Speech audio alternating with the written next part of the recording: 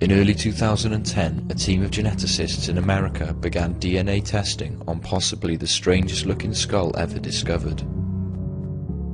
Whilst trying to recover its nuclear DNA and matching it against the National Institute of Health database, they found a significant number of coherent base pairs that have never been seen before.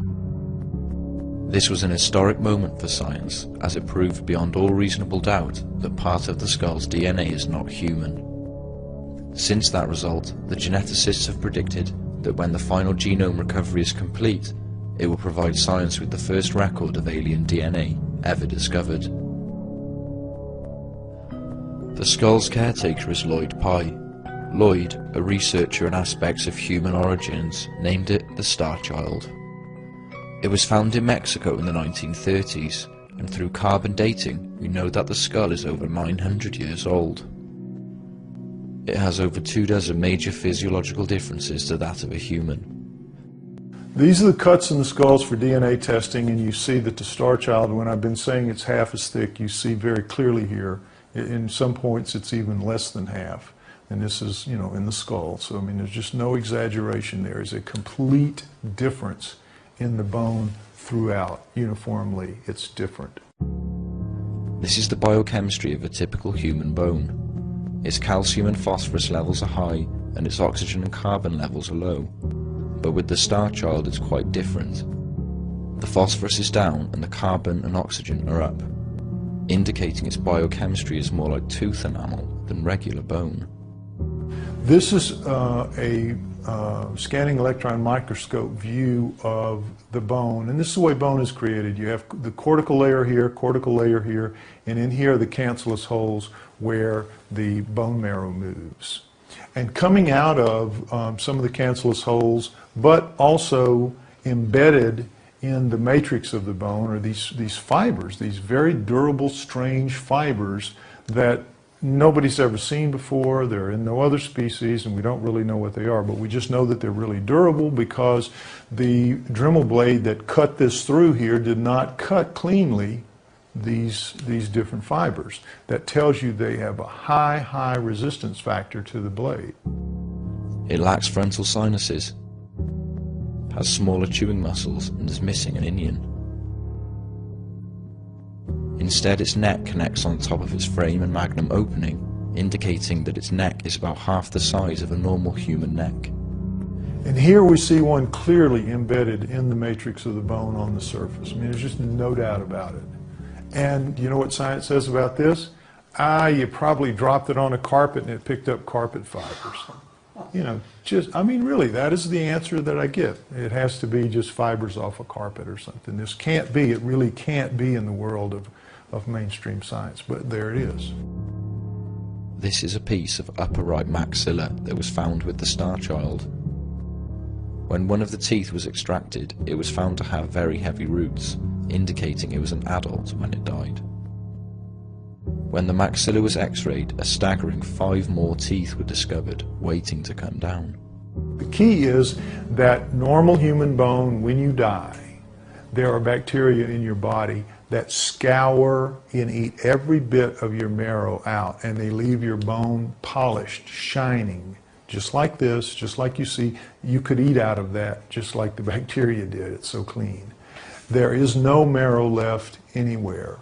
And this is the way it is with all animals when they die. With a Star Child, we see a big difference. And we also see a difference in the color, too.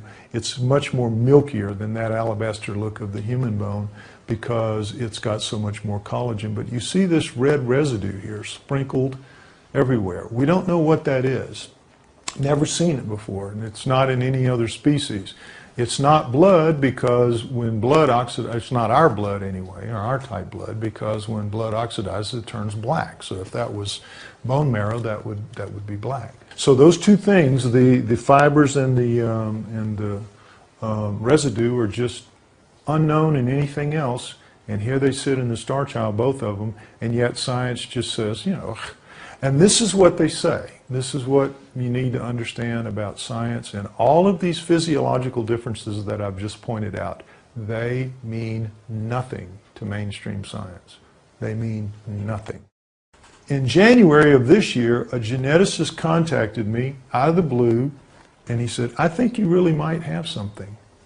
And he said, if you send me a sample, I will take a new technique, a new shotgunning technique, which recovers much smaller pieces than the old primer technique. So he took it. About 6 weeks later, he got back in touch with me and he says, you're really not going to believe what's happening here. I don't believe it. I've done it enough times now to where I'm convinced that I'm doing it right, and we're getting some very unusual results. Some of it comes out human, sure enough. You see right here, this sequence of 265 base pairs long, 265, no question about it, part of the star child is human. Except, next slide, some of the star child's DNA comes back with this incredible reading. No significant similarity found. 342 base pairs long. It's a coherent base pair sequence not found in the NIH database. I said, well, what's the answer? And he says, well, it could be, and here's where we go off the deep end, it could be that it's an alien, entirely an alien, born to a human mother. And I said, what? How would that happen? How would you get a pure alien born to a human mother? So he made up a slide for me and sent it to me. And he said, now understand, this is happening today. This is happening today. If a human female has mitochondrial disease, which means that her mitochondria are bad and are going to produce very, very flawed and dead children for the most part.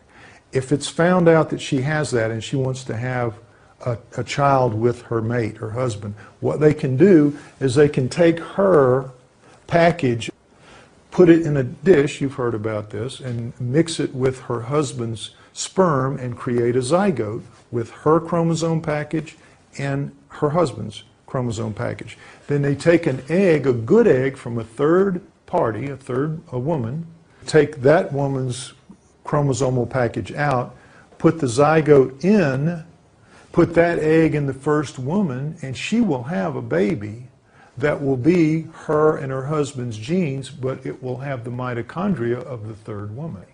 So he said we could have the same thing. You'd have two aliens getting together, making a zygote, and for whatever reason, taking the chromosomal package out of a female egg, putting it in, and then she will bring it to term, and it's a full alien, nothing but alien DNA in it, but it has her mitochondrial, human mitochondrial DNA. Now, why? Why would they do that? We don't have any idea. We know this is a radical thing to say.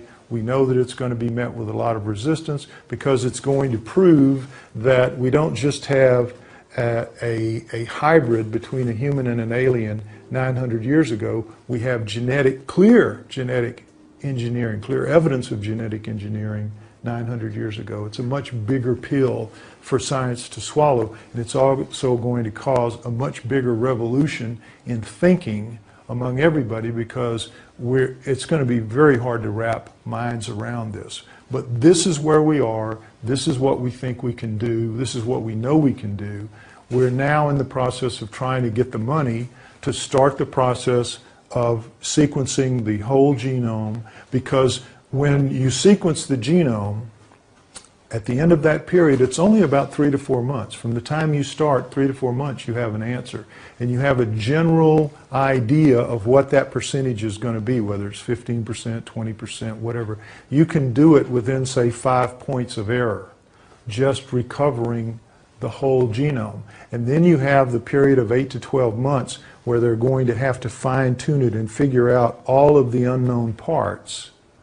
And then they'll be able to say within a margin of error of 1 or 2% what the difference is. And that difference is going to stick, because anybody that does it again, that's the beauty of DNA. It's the math of biology. It's repeatable again and again. And this is why we win, because we are producing something they can't argue with. There isn't any of this business about nature can do anything. When it comes to DNA, DNA trumps nature.